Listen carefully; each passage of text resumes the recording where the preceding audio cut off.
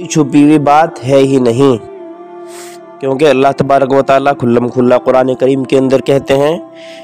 कि इन्नल्लज़ीना याकुलूना अम्वालल यतामा ज़ुल्मन इन्नमा याकुलूना फ़ी बुतूनिहिम नारा व सयस्लौना सईरा। ये सूरह निसा की आयत नंबर 9 है। इसका आप मुताला करें। तर्जमा मैं आप हज़रात को बता देता हूँ कि वो लोग जो यतीमों का जुल्मन माल खाते हैं वो अपने पेट में आग भर रहे हैं, दोज़ख कमा रहे हैं प्यारे साथियों वो। अब अगर आप हज़रात किसी को देखते हैं कि ये यतीमों से मोहब्बत कर रहा है, प्यार के साथ उल्फत के साथ उनके सरों पर हाथ रख रहा है, उनके सर के ऊपर से वालिदैन का साया चला गया,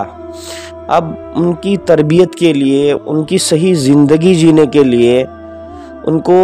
तालीमात देने के लिए, दीन से आगाह करने के लिए, हलाल की तरफ ले जाने, हराम से बचाने के लिए, दुनिया की आफतों मुसीबत से बचाने के लिए अगर कोई इंसान उनके ऊपर रहम का मामला कर रहा है, करम का मामला कर रहा है, आजकल की दुनिया ऐसी है फिर भी उसके ऊपर इल्ज़ामात लगा देती हैं। उन इल्ज़ामात से डरने की ज़रूरत नहीं, लेकिन अगर कोई इंसान इसका बिल्कुल उल्टा कर दे कि अब इसका बाप तो इसके सर से चला गया, इसकी माँ तो इसके सर से चली गई, अब कोई होता है गांव में ताया चचा या उसके अलावा कोई और करीबी रिश्तेदार या उनके घर आने जाने वाला उनका कोई करीबी गांव का, वो अपने जहन में ये बात बिठा ले कि अगर वो जुल्मन इनका माल हड़पना चाहता है,